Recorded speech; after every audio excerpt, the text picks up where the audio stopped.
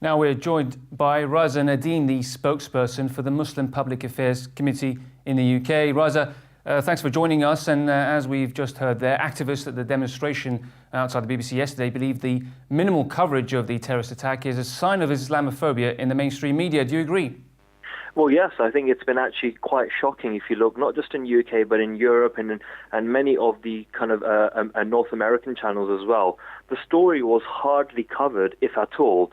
And really, it took Muslims to get onto social media to highlight the story, which actually forced some news stations to take it up. But yes, I mean, the fact that they were refusing to look at it as an attack by a militant atheist, the fact that they were refusing to use the word terror, the fact that they weren't really trying to highlight actually how this crime has been committed in a climate of increasing Islamophobia, really does point to unequal treatment of Muslims. And as one of the people in the piece just said, it's disproportionate how Muslims are shown overtly as being perpetrators of terrorism, even if we don't have all the facts at hand. And yet here we have a militant atheist who had shown his disdain for Islam, how the parents have come out of the murdered three and said that how, it's that he had been very anti-Muslim Islamophobic, and yet still the story wasn't covered. It's been shocking, and it's a blot on our mainstream media, and they've lost a lot more credibility off the back of this. Well, I mean, some of the language that was used by the mainstream media in the UK was very different from the shootings in Paris last month. Can you give us a bit of a comparison there?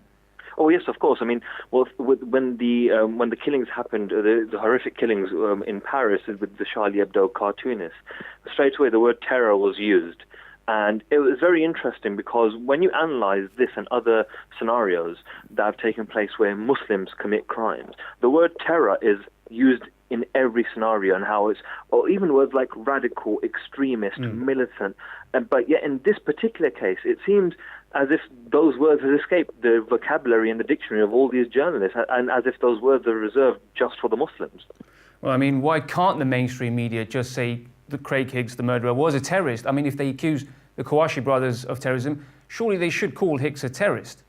Yes, so see, the thing is, to call it an act of terror, it goes against a narrative that is perpetrated about Muslims. The general narrative about Muslims is that we are barbaric, uncivilized people, and that helps to justify the wars that are done in the name of freedom and democracy by our governments, and justifies their drone strikes in Guantanamo Bay and torture chambers, etc. And so that's why this story wasn't given the coverage it was.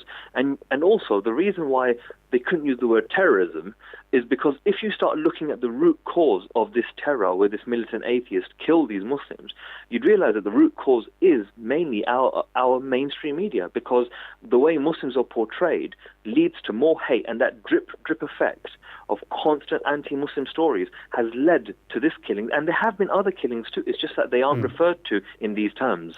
Okay, Raza Nadim, the spokesperson for MPAC UK, thank you very much for joining us.